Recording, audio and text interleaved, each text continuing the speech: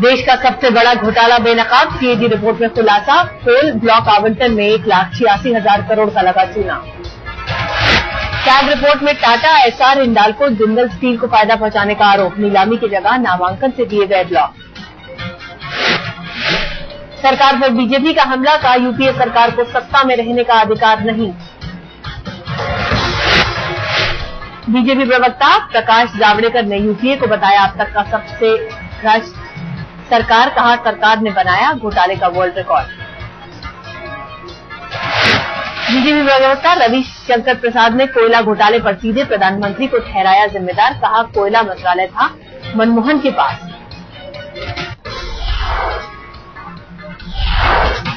केंद्रीय मंत्री नारायणसामी ने कहा सीएजी ने पेश की सिर्फ ड्राफ्ट रिपोर्ट, पीएसी करेगी बड़ी जांच।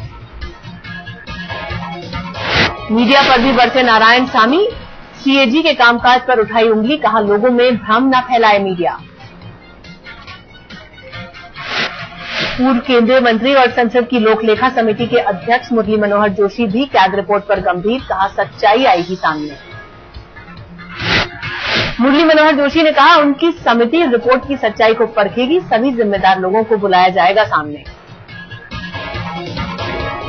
शिवसेना नेता संजय राउत ने उठाया सवाल, जब ए राजा और सुरेश कलमाड़ी जा सकते हैं जेल तो फिर प्रधानमंत्री क्यों नहीं।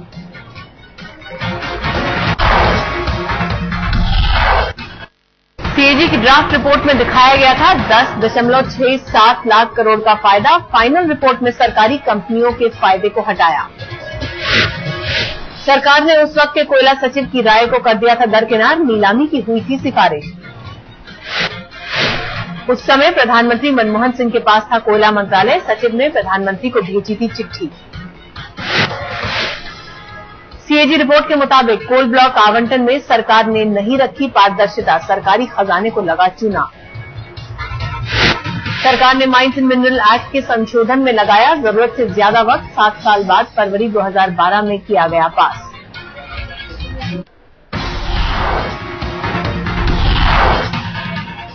सीएजी रिपोर्ट के मुताबिक सरकार चाहती तो 2006 से ही लगाई जा सकती थी बोली, लेकिन किसी ने भी नहीं दिखाई दिलचस्पी। कोयला खदानों पर कानून मंत्रालय ने भी दी थी राय, सरकार चाहे तो प्रशासनिक आदेश से शुरू कर सकती है नीलामी। सीएजी ने दिया जल्द से जल्द नीलामी शुरू करने का सुझाव, राज्य व केंद्र की हाई पावर्ड कमेटी गठित करने की सिफारिश। सीएजी रिपोर्ट पर समाजवादी पार्टी नेता रामगोपाल यादव ने कहा जिम्मेदारी होनी चाहिए तय, दोषी को मिले सजा। लोक जनशक्ति पार्टी के अध्यक्ष रामविलास पासवान ने की कैग रिपोर्ट की जांच की मांग, कहा एनडीए शासित राज्यों में भी गड़बड़ी की जांच की जाए।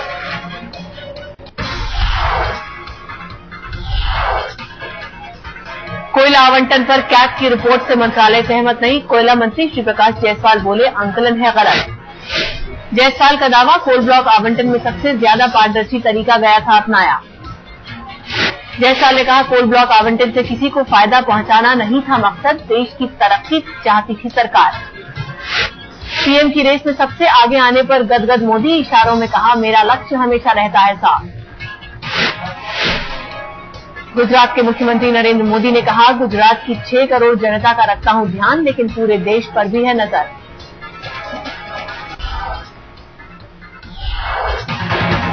केंद्रीय मंत्री प्रफुल्ल पटेल पर लगा इंडियन एयरलाइंस को खस्ता हाल करने का आरोप। पूर्व सीएमडी सुनील अरोड़ा का दावा। 2005 में सुनील अरोड़ा ने लिखी थी कैबिनेट सचिव बीके चतुर्वेदी को चिट्ठी, कहा था पटेल और सहयोगी डाल रहे हैं दबाव। पटेल बना रहे थे जरूरत से ज्यादा जेट प्लेन्स खरीदने का दबाव। चिट्ठी में केवल प्रधानमंत्री को जानकारी देने की थी अपील, बताया था जान का खतरा।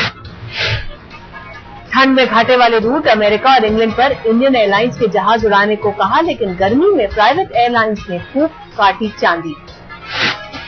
प्रफुल्ल पटेल के खिलाफ विपक्ष ने उठाई आवाज, सीपीआई के प्रबोध पांडा और बीजेपी के निशिकांत दुबे ने की सीवीसी जांच की मांग।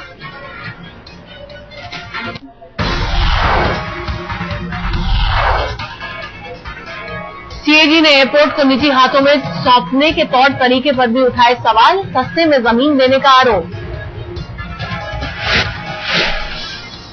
डायल ने डेवलपमेंट फीस का पैसा लगाया प्रोजेक्ट पर, कैग ने तरीका बताया गलत।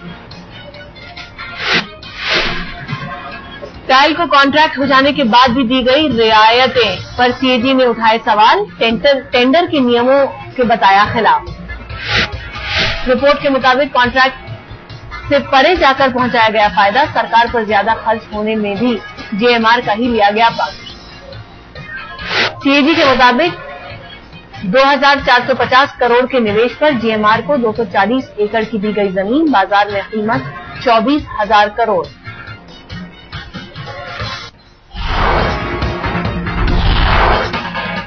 मन्ना ने पीएम पर साधा निशाना, केजरीवाल ने कहा अब सबूत मिला, क्या कुर्सी छोड़ेंगे प्रधानमंत्री। कैग की रिपोर्ट आने के बाद डी मन्ना ने प्रफुल्ल पटेल को भी घेरा, पीएम से पूछा अब कहां कराएं एफआईआर दर्ज। अरविंद केजरीवाल और प्रशांत भूषण ने की प्रेस कॉन्फ्रेंस, कहा इसी भ्रष्टाचार को मिटाने के लिए मांग रहे हैं लोकपाल। फर्जी पासपोर्ट मामले में देहरादून जेल में कैद बाबा रामदेव के सहयोगी बालकृष्ण को मिली आजादी, जेल से निकले बाहर। करीब महीने भर बाद जेल से निकले बालकृष्ण, हाईकोर्ट से मिली बाबा रामदेव के सहयोगी को जमानत।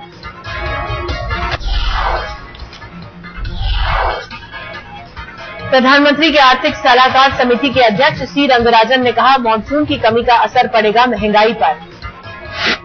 रंगराजन ने कहा 2012-13 के अंत में कम होगी महंगाई, 6.5 से 7% के बीच रहेगा इन्फ्लेशन। मानसून की कमी का पड़ेगा खेती पर असर, 0.5% की दर से होगा 2012-13 में खेती का विकास। कमेटी ने विकास दर बढ़ाने के बताए उपाय, कहा डीजल की कीमतों में 1 से ज्यादा चरणों में हो बढ़ोतरी। कमेटी ने रसोई गैस की खपत पर शिकंजा कसने का सुझाया उपाय, कहा एलपीजी सिलेंडर का इस्तेमाल हो कम।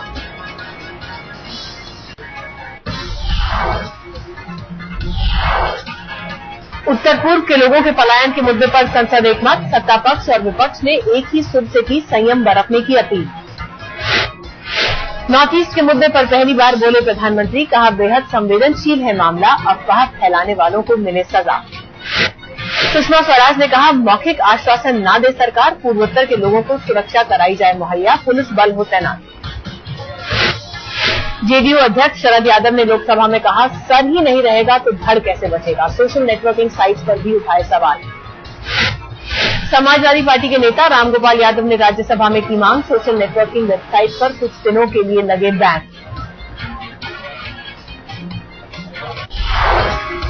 शिवसेना नेता संजय राउत ने कहा देश में 1947 जैसे हालात, जैसे लोग तब भागे थे वैसे ही भाग रहे हैं अब। संजय राउत ने कहा मुंबई हिंसा का दे सकते थे जवाब, लेकिन देश की खातिर रहे चुप।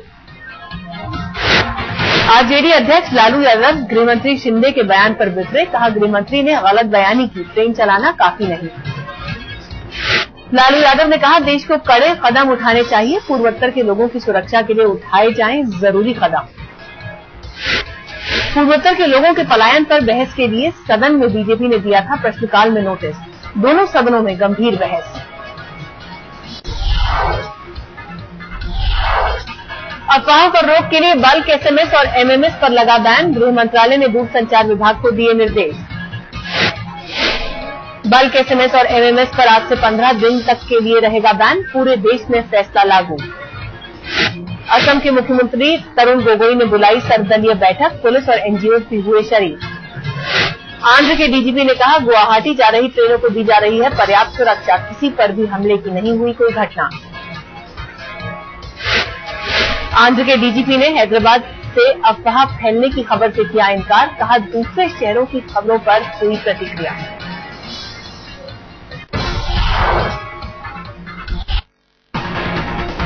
एसएमएस और सोशल नेटवर्किंग साइट्स के जरिए फैली अफवाह, पुलिस मैसेज भेजने वालों की तलाश में जुटी। बैंगलोर के कुछ थानों में पूर्वोत्तर के लोगों से मारपीट और धमकी के मामले दर्ज, जांच कर रही है पुलिस।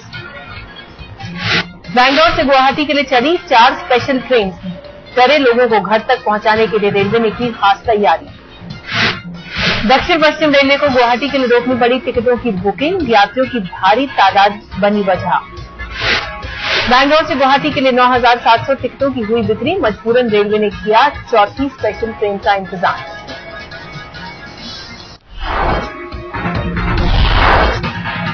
पुणे में चिंचवाड़ इलाके में हादसे से अफरा तफरी, शाम करीब 3:30 बजे हुआ हादसा। पुणे के डांगे चौक के पास हुआ सोसाइटी में हादसे में 5 साल का एक बच्चा घायल। हादसे के बाद मौके पर पहुंची पुलिस और बम निरोधक दस्ते की टीम। जांच के बाद पता चला हाई टेंशन वायर से लग गई थी आग। चिंचवाड़ बिजली विभाग के अनुसार सोसाइटी में आग गिरा था हाई टेंशन तार। करंट की चपेट में आकर झुलस गया बच्चा।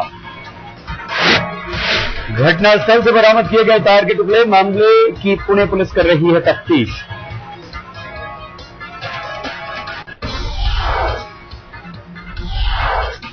गीतिका सुसाइड केस में कांडा की अग्रिम जमानत याचिका खारिज। दिल्ली हाईकोर्ट ने नहीं दी बेल।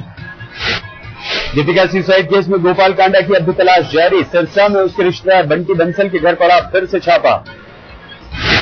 कांडा की फरारी पर दिल्ली पुलिस का सख्त रुख। कहा अपने संबंधों से बच रहा है कांडा, मदद करने वालों पर होगी कार्रवाई। पंजाब और हरियाणा हाईकोर्ट में कांडा के भाई ने दी अर्जी। पुलिस प्रशासन पर लगाया तंग करने का आरोप। गोविंद कांडा की अर्जी पर हाईकोर्ट ने हरियाणा के गृह सचिव दिल्ली पुलिस को नोटिस जारी किया। अदालत ने मांगा जवाब।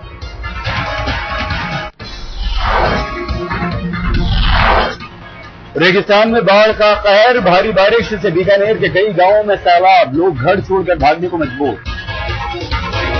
बारिश के जोर से धंसी जमीन। पटरी से उतरी सवारी गाड़ी। घंटों की मशक्कत के बाद सुरक्षित निकाले गए मुसाफिर। सूखे की मार झेल रहे झारखंड में बाढ़ जैसे हालात। 3 दिनों से मूसलाधार बारिश। पानी हुए राज्य के कई इलाके। झारखंड में बारिश ने तोड़ा 52 साल का रिकॉर्ड। एक दिन में हुई 123 मिलीमीटर की बारिश। तेज बारिश के अचानक आ गई बाढ़ और जनजीवन हो गया बेहाल। अब तक नदी में बहने से 8 लोगों की मौत। सड़कें भी पानी में बही।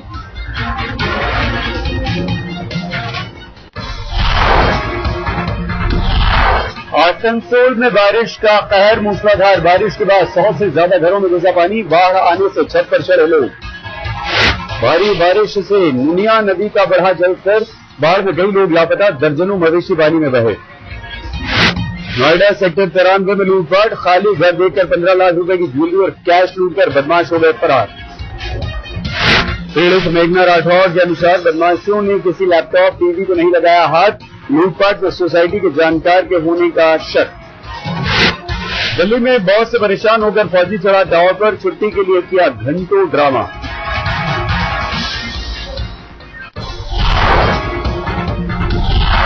आसनसोल में बारिश का कहर। मूसलाधार बारिश के बाद 100 से ज्यादा घरों में घुसा पानी। बाढ़ आने से छत पर चढ़े लोग।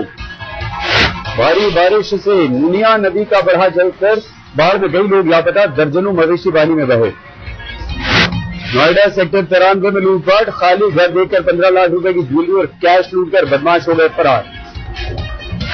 पीड़ित मेघना राठौर के अनुसार बदमाशों ने किसी लैपटॉप टीवी को नहीं लगाया हाथ। लूटपाट में सोसाइटी के जानकार के होने का शक। दिल्ली में बॉस से परेशान होकर फौजी चढ़ा टावर पर। छुट्टी के लिए किया घंटों ड्रामा।